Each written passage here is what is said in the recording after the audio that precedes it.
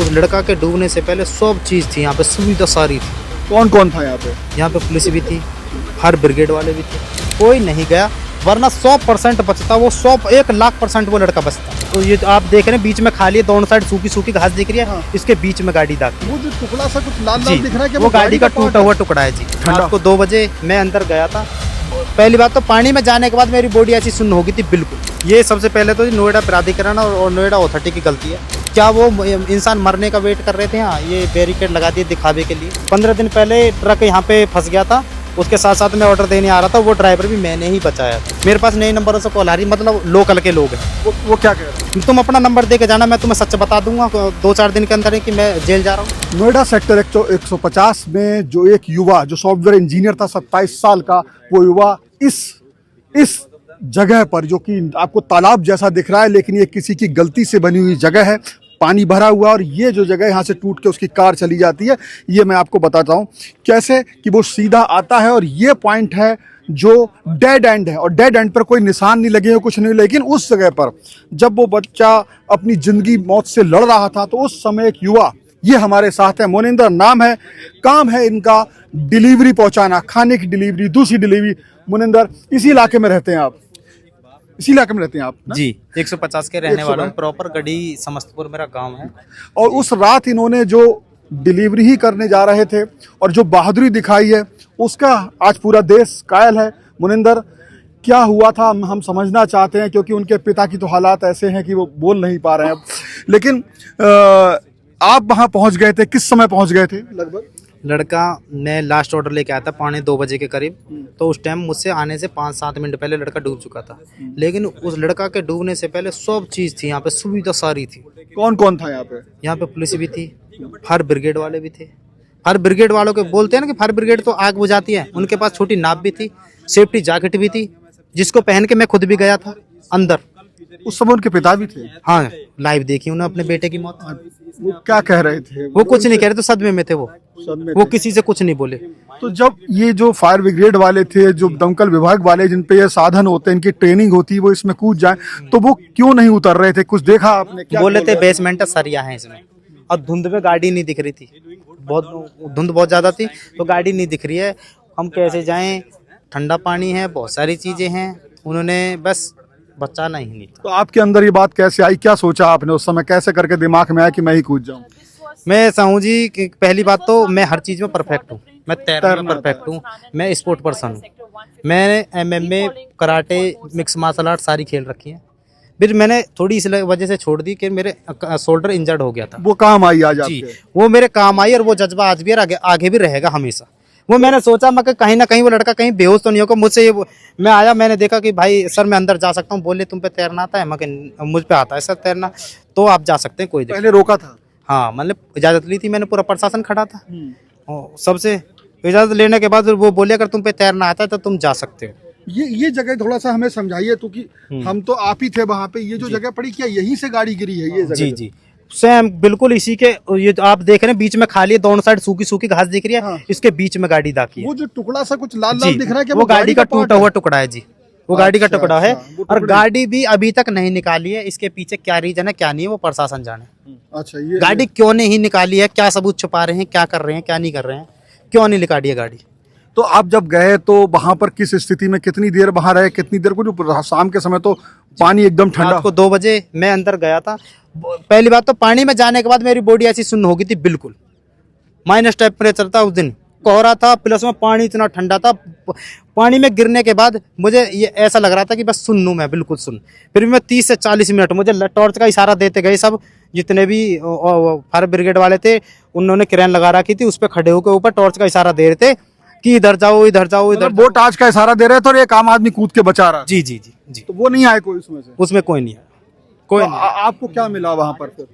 कुछ नहीं मिला जी, मेरे जाने से पहले वो भाई पहले ही डूब गया था। आवाज नहीं आ रही थी उसमें? नहीं, मुझसे बोल रहे थे अभी 5 मिनट पहले आवाज आनी बंद हुई है, क्या तुम जाके एक बार देखो, क्या पता वो बेहोश हो गया हो। कौन बोल रहा था आपसे? वही वहीं से बहुत सारे लोग थे, मुझे किसी की नहीं। दमकल वाले या बचाओ हाँ, बचाओ दल वाले? बहुत सारे थे, लोकल वाले भी थे। हाँ, यहाँ के जो मतलब राइडर से बहुत सारे लोग थे, वो बोल रहे थे भाई अगर आप जा रहे हो तो जल्दी से जाइए, अभी आज आनी बंद हुई है। आप चूंकि इस इलाके में रहते हो, डिलीवरी करते रहते हो जगह जगह पर, तो आपको क्या लगता है कि एक्सीडेंट कैसे करके क्यों हो गया? ये सबसे पहले तो नोएडा प्राधिकरण और नोएडा अथॉरिटी की गलती है।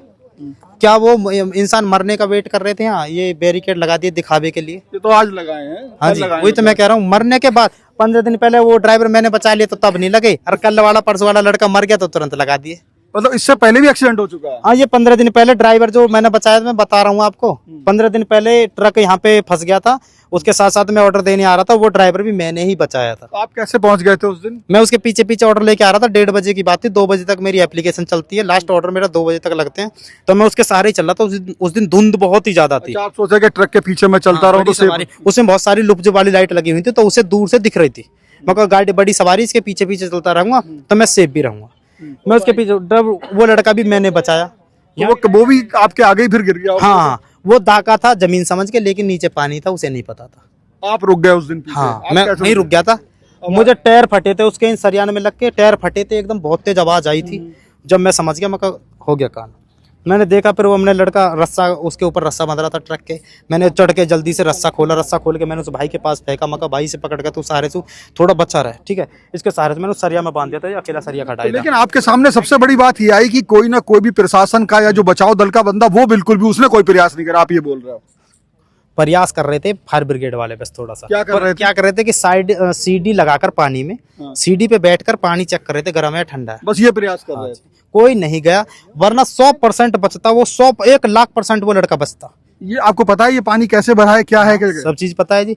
नोएडा में जितनी भी सोसाइटी हैं, उनका जो वेस्ट वाटर वो यहाँ के कलेक्ट होता है।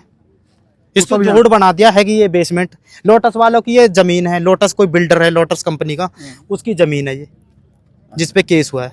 अच्छा, आप लगातार लोगों से बात कर रहे हो तो ये भी बात निकल के आ रही है कि आप अभी कुछ बता रहे थे लोगों को कि आपको धमकी मिल रही है। किस तरह की धमकी मिल रही, कौन धमकी दे रहा है? धमकी ऐसी मिल रही है जी, अगर मेरा किसी मीडिया ने साथ नहीं दिया या जिनके मैं साथ दे रहा हूँ उन्होंने मेरा साथ नहीं दिया, तो मैं सीधा जेल जाऊंगा।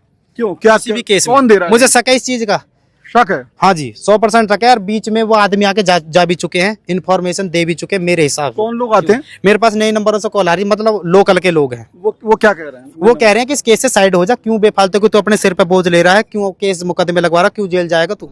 तुम अपना नंबर दे के जाना, मैं तुम्हें सच बता दूंगा 2-4 दिन के अंदर ही कि मैं जेल जा रहा हूँ। नहीं, बिल्कुल आपका नंबर लेंगे, सारी मीडिया भी अगर ऐसी कोई बात आएगी तो आपके साथ रहेगी, लेकिन फिर आपको हिम्मत रखना। आपने हौसले काम किया है, आपने एक हीरो की तरह काम किया। आपका बहुत बहुत धन्यवाद बात करने के लिए वन इंडिया से। नहीं, मैं भी इसका फैमिली हूँ, मेरा छोटा भाई है। हम इंटरनली हम तो फेस कर रहे हैं ना, अगर इन फ्यूचर हमको कोई एक्सप्लोटेशन ऐसी। आपका क्या नाम है? सोमेंद्र सिंह नाम है मेरा, मोनिंद्र का भाई हूँ मैं। आपको क्या डर लग रहा है? हमको डर नहीं है, डर की अभी तो कोई ऐसा डर आया नहीं है, बट इंटरनली हमको फैमिली पे फोन कॉल्स आ रहे हैं कि रिसीव करने का, भाई इसी से केस से निकलो, यहाँ से मत फेस करो, गवाह बन गए। हाँ, मतलब कि फिर मीडिया को फेस मत करो। और हम ट्राई भी करेंगे कि हम इन फ्यूचर या कल तक भी या शाम तक हम मीडिया के सामने हमारे अपने भाई को नहीं भेजेंगे, क्योंकि हमको डर है कि इन फ्यूचर हमको कोई एक्सप्लोटेशन या कुछ ऐसी दिक्कत आने लग गई, हमको कोई हमारा पूरा फैमिली इसमें इंडल्ज हो गया था, हमारा तो पूरा सब कुछ लुट जाएगा ना। अब हम पढ़ने लिखने वाले बच्चे अगर सोच माने कि इसके अंदर एक ऐसी ब्रेवता थी कि इसने एक -डिग्री टेम्परेचर में अपनी बॉडी का कोलैप्स होने से ना सोचते हुए एक बाप के सामने बच्चा जो मर रहा था उसको देख करके चलो ठीक है अब मैं दाग गया है, कोई दूसरा बंदा तीसरा बंदा इसको बचाने के लिए आता क्या? अगर ये वहां मरा होता, अगर इसकी बॉडी कोलैप्स हो जाती। बिल्कुल जिस तरीके से आप बता रहे हो तो मुझे ठंड में बिल्कुल सही कह रहे हैं आप। देखिए ये जो जगह है, फिर एक बार आपको बता दें, यहाँ पे वो गिरा और ये कितना ना सिर्फ ठंडा पानी की बात हो रही है, गंदा और ये सीवर का पानी, एक तरीके से नालियों का पानी है, उसमें ये युवा मोनिंदर कूद गया। ये उनके भाई ये बता रहे हैं उस ठंड में जो हालात थे वो ये थे कि उसके शरीर भी जाम पड़ सकता था। लेकिन सबसे बड़ी चिंता और सबसे बड़ी शर्म की बात यह है, बच्चा तो उस पानी में डूब गया, लेकिन वो जो संस्थाएं हैं जिनकी जिम्मेदारी है बचाने की, आज उनके लिए चुल्लू भर पानी डूबने के लिए कम पड़ जाएगा। क्योंकि जो हरकत उन्होंने की है, जो शर्मनाक उन्होंने उस समय अपना व्यवहार दिखाया है, जब एक युवा जो एक डिलीवरी पर्सन है वो कूद के जान बचाने के लिए 30-40 मिनट तक, जैसा कि ये लोग बता रहे हैं, उसमें अब जंग लड़ता है, बचाने की कोशिश करता है, लेकिन वो लोग सिर्फ टार्च दिखाते रहते हैं और उसे बताते रहते हैं कि तुम इधर चले जाओ, तुम उधर चले जाओ। तो ये हालत है उन बचाव दल के लोगों की। फिलहाल इस वीडियो में इतना ही। कैमरा पर्सन आशीष ठाकुर के साथ Shivendra Gaur, One India, Noida. Subscribe to One India and never miss an update. Download the One India app now.